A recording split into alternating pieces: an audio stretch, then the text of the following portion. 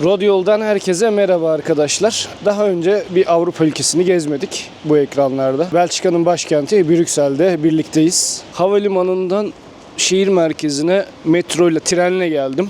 Şimdi metro ile trenle gelecekseniz iyi bir araştırma yapmanız lazım öncesinden. Ben pek araştırmadım çünkü dünyanın pek çok noktasına gittik. Her yerden havalimanından bindiğinizde nereye ineceğinizi az çok kestirebiliyorsunuz ama burada metro geldi, ne numara yazıyor ne bir şey yazıyor. Şehir gideceği yerin son durağın ismi var ama rotalara nereden bakacağını başta algılayamıyorsun. İlk bakışta böyle bir zorluk oluyor. Bir de tren pahalıymış ya da Avrupa'ya gelmeye Avrupa'yı unuttuk. Şu yapı da güzelmiş. Avrupa'ya gelmeye unutmuş olabiliriz. Yani tek yön 10 euro. Gidiş dönüş havalimanına dönüş şeklinde baktım 20 euroydu. Yani bir ulaşım için bu kadar para vermek bilmiyorum. Şu anda şu durağa yakın bir yerdeyim ama burada inmedim. Daha başka bir noktada indim. Kestiremediğim için nereye gideceğimizi. Yanımda internetim de yok. Yani günübirlik şehir geziyoruz biliyorsunuz. İnternetiniz olmadan basit bir şekilde gezebilmeniz lazım bir turist olarak. Her şeyi anlayabilmeniz, rahatça algılayabilip gezebilmeniz lazım. Ben de şimdi şehrin merkezine doğru iniyorum bakalım. Şu noktadan başladık. Caddenin sonundan artık şehir merkezine doğru ilerleyeceğiz. Bu arada şu markadan Türkiye'de var mı? Varsa da bilmiyorum ama Amerika'da falan bolca yediğim bir hamburgerci. Çok da güzeldir, Five Guys. Aynı zamanda hamburgerinizi beklerken size fıstık da veriyorlar. Fıstık yerken bekliyorsunuz falan. Eğlenceli bir yer. Tavsiye ederim. Velhasıl kelam yolumuza devam ediyoruz. Şu anda saat sabah 10.30. Bize göre 2 saat gerideler. O yüzden sabah kalkıp yola çıkmam benim için kolay oldu. Türkiye saatiyle 2 saat önde yaşadığım için 11 gibi uyanıp yola çıktığım gibi düşünüyorum. O yüzden gayet rahatça geldik. Henüz kalabalık çökmemiş sokaklara. Tabii havanın yağmurlu olması da bunda etkili.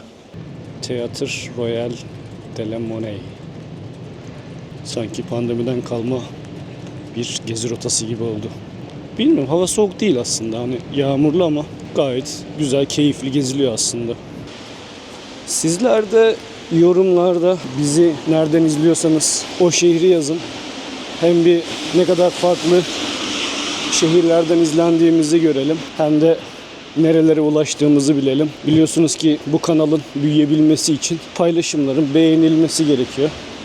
Yorumların artması gerekiyor ki bizi daha fazla kişinin ekranına, gelecekteki videolar sekmelerine bizi ekleyebilsinler. O yüzden böyle bize bir algoritma desteğinde bulunmuş olursunuz. Bizim bu algoritma engelimiz de kırılmış olur. Güzel yerler, eski yerler. Şunların tarihi dokusuna bakar mısınız? Yani bizim Beyoğlu gibi eski, tarihi, büyük. Yolun sonu böyle büyük, eski, tarihi bir katedrali çıktı. Katedralin ismi Saint Michelet Gudul Katedrali. Şimdi içeriği göstereceğim. Bayağı büyük gibi duruyor. İçeriye bir bakalım. Şimdi kilisenin içini göstereyim size.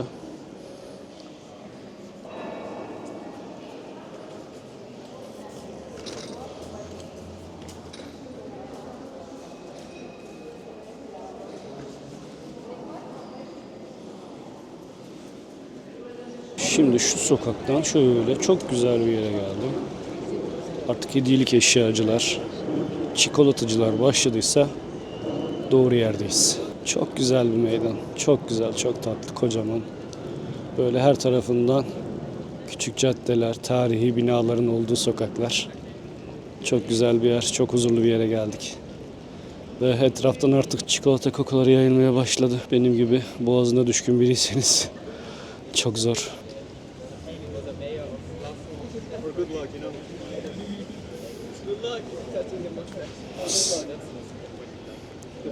İyi şans için. Bıyığını okşadı. Sömürgeciden şans gelse.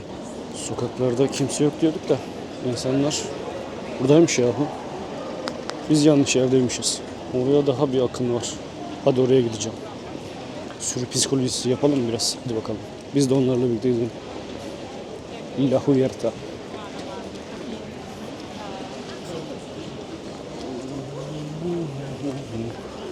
Hediyelik eşyalar. Başladı magnetçiler. Magnetsiz olmaz. Bir tanesi, 2, 6 tanesi 10. Ne yapayım 6 tane magneti ya. Burada da varmış magnetçiler. Ama ben daha önce almıştım galiba.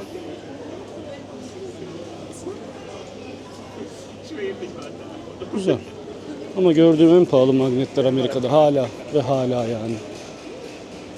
Ay şuranın güzelliğine. Allah'ım Allah'ım. Çok güzel. Çok güzel. Ki Belçika'da bunlardan yüzlerce var.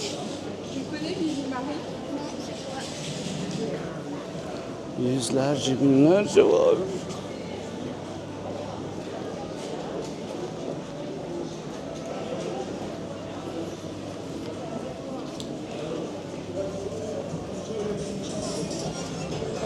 Şu meydanı bir göreceğim ya, merak ettim. Her yerden pasajlar çıkıyor. Pasaj kültürünün merkezi burası galiba. Aa, waffle varmış. Waffle 2,5 diyor. Waffle 2,5 diyor. İlginç. Waffle, evet, burada efsane waffle'lar var. Efsane waffle'lar var. Kafayı yersiniz. Kafayı yersiniz. Aman tanrım, yine bir yere geldik. Yine bir yere geldik. Ay, yer çok güzel. Ay, modum açıldı bir anda. Oo, çok güzel bir yere geldik. Burası Avrupa'nın en güzel meydanlarından birisi olabilir. Şimdi bir detaya dikkatinizi çekeceğim. Burası 1600'lerden kalma. Yani eskiliğini, tarihini siz düşünün. Ve binalarda altın detaylar var. Hepsinde. Özellikle şu karşı sapsarı duruyor zaten. Bilmiyorum yağmurdan dolayı net gösterebiliyor muyum ama binalarda altın detaylar hakim. Hele şurası. Of. Efsane kabartmalar var. Harika bir yerdeyiz. Harika bir yerdeyiz. Çok güzel bir yerdeyiz. Muhteşem bir yerdeyiz.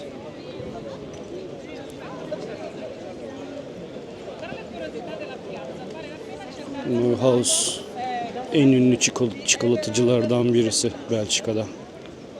Birkaç tane marka var, o da bunlardan biri. Hemen bir tane VIP kapmış bir abimiz var. Ve tabii ki de inşaatçılık her yerde. Bitmez. Etrafı keşfetmeye devam ediyoruz ama ancak böyle mekanlara, böyle meydanlara geldiğinizde anlıyorsunuz Avrupa'nın ruhunu. O kokuyu alabiliyorsunuz. Görüyorsunuz, hava yağmurlu olmasına rağmen, Şubat ayının artık sonlarına doğru gelmemize rağmen hala meydanlar kalabalık. Çok güzel binalar var, çok güzel sokaklar var. Ve sokakların araları o kadar güzel kokuyor ki her yerden waffle kokuları, Belçika çikolataları, harika kokular alıyorsunuz. Yani gezebileceğiniz en lezzetli şehir diyebilirim size. Brüksel'i sokak sokak keşfetmeye devam ediyoruz. Bak, geçerken şeyleri de göstereyim size. O ne ya? Muls. Şu an onu çözemedim. Onun ne olduğunu. Patates kızartması, bira. Ve muls. O ne ya? Ben niye anlayamadım onun ne olduğunu? Onunla birlikte 18,5 euroymuş. Şurada da var mesela. Belçikan menüsü diyor. Bir de waffle eklemişler menüye. 28 euro. Bir de waffle eklemişler, 28 euro. ve diğer seçenekler. Mesela gelseniz bir şey yiyecek olsanız fiyatlar bunlar. Tam şurada işte o Grand Place. Az önceki altın işlemeli binaların olduğu yer. Değişik menüler de var. Raviolili falan. 24 euro. 24 euro. Değer mi? Yani Türkiye'de de artık ne yeseniz zaten 1000 liranın 1000 lira seviyelerine ve üstlerine çıkmaya başladı yani. Ama 2-3 kişi bir aile olarak düşünecek olursanız biraz katlanıyor. Nereye geldik? Şu aradan devam edecektim galiba. Şöyle genişçe bir sokak. Biraz daha bizim işte Beyoğlu'nu andırıyor buralar. İstiklal sokaklarını. Yine bir yemek menüsü. Belli ki 20 euro civarlarında buradaki yemek menüleri. 20 yani Avrupa'dasınız en nihayetinde. Yani daha ucuzunu bekleyemeyiz, tamam. Şeyleri göre göre Tayland'ı ya da daha farklı ülkeleri göre gözler onlara alıştı. Keza Amerika'da biraz daha uygun buralara göre. Çok güzel ya. Gerçekten bir film sahnesini yaşıyormuşum gibi hissediyorum bu sokaklarda yürürken.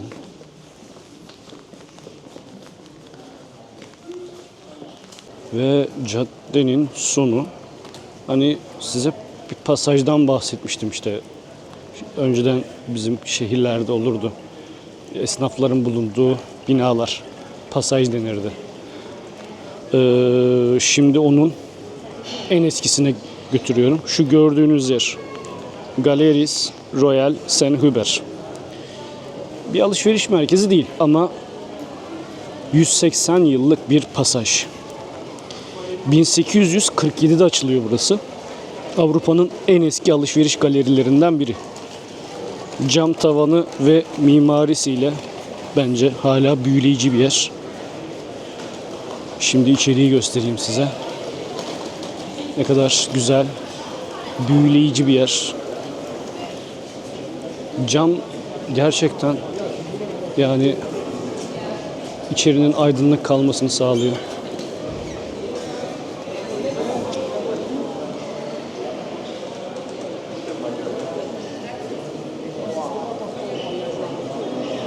Çok güzel yerler. Tabii ki de çikolatacılar, kuyumcular, sanatçılar hepsi var. Her şeyden var. Her şeyden var. Çok güzel ve özel bir yerdeyiz. Yine tarihi bir yerdeyiz. Anlamı olan bir yerdeyiz. Şöyle de bir girişi varmış. Farklı girişleri de var tabii. Yukarıda tavanda girişte saat, ne o?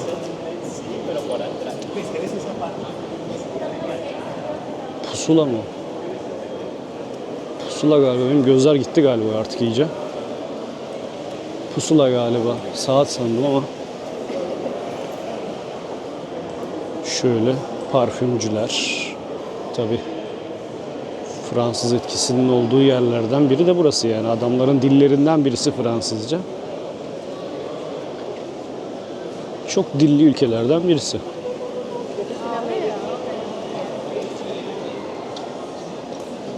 Çok beğendim. Çok özel bir yer. Şeyi de andırıyor yani şu camlardaki hani yazılar 80'lerde olurdu ya binalar, dükkanların girişlerinde. Özellikle berberlerde falan hani. Tam nostaljik bir yazı değil mi? Çok beğendim. Delices de Roy. Çikolatalar. Ha, fiyatları da yazıyor. Onu da göstermiş olalım. 4,5. Şöyle 250 gramlık bir paket yaptırırsanız 29 euro. 180 gramlık 23 euro. Altın mübarek. Yemekten pahalı. Tabii şimdi galeridesin. Turistik yer. Turistik yerin Avrupa'daki kalplerinden biri yani. Ama bak burada da var aynı şekilde. Çok güzel yapmışlar şu olayları ya. Öyle göz kanatan tabelalar yerine. Şöyle güzel, nostaljik. Hepsinde var. Sanırım genel bir şey bu. Genel bir uygulama bu galiba ama çok beğendim. Çok güzel, otantik bir hava katıyor. İçerideki sadece dükkanları değil, burayı gezip gören insanlar için de keyifleniyor. Göz kanatmıyor. Bu da diğer cephesi. İçinden bir de sokak geçiyor. Yani yüzlerce yıllık bir yerden bahsediyoruz.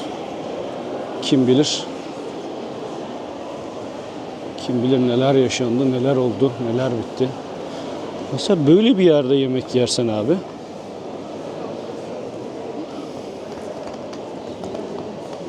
çok da değişmiyor aslında. Yani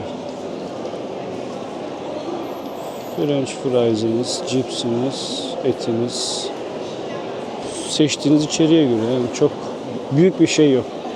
Büyük bir fark yok yine de. Oo, içerisinde sineması bile var arkadaşlar. Sineması bile var. Müthiş bir yer. Etraftan bolca Fransızca duyabiliyorsunuz işte. Şurası da çok güzel değil mi? Işıl ışıl. Ha? La Belge. La Belgique Gourmande. Okuyamıyorum ya.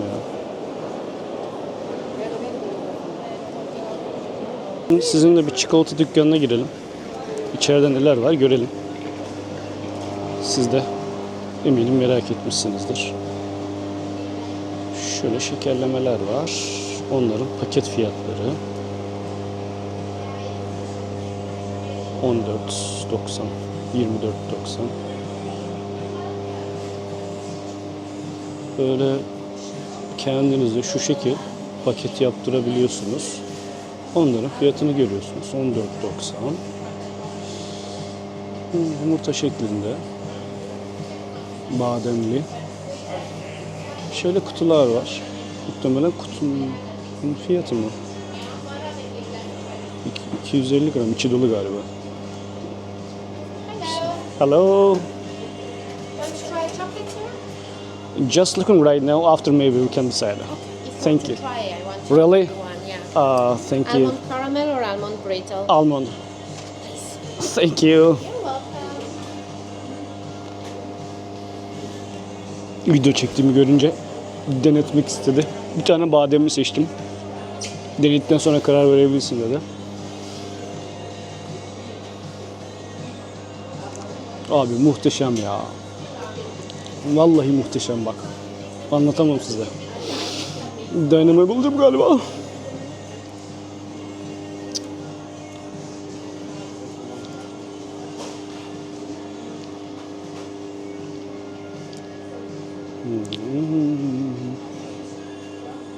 Ha, sadece kutu olunca böyleymiş fiyat, tamam. Pakette böyle. Ha, şöyle az önceki gibi. Çok iyi. Şu kutular çok güzel. Yıllar önce almıştım bir tane.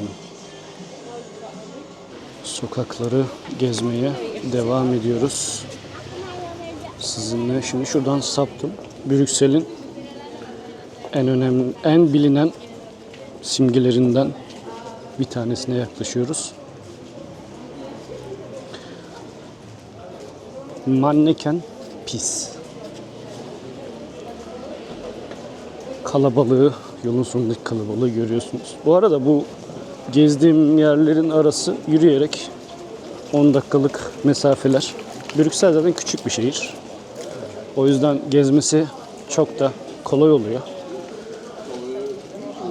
Ben araları kesiyorum tabii, aralarda bazen çekmeye değmeyecek yerler oluyor. O yüzden kesiyorum. Bir de yoruluyorum. Bir de yağmur artıyor bazen. Evet, geldik. Manneken Pis.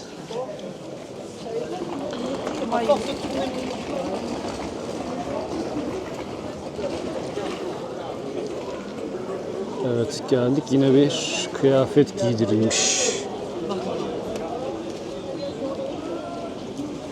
Ay denizler olacaktı benim taşaklarım. You guys feel my balls.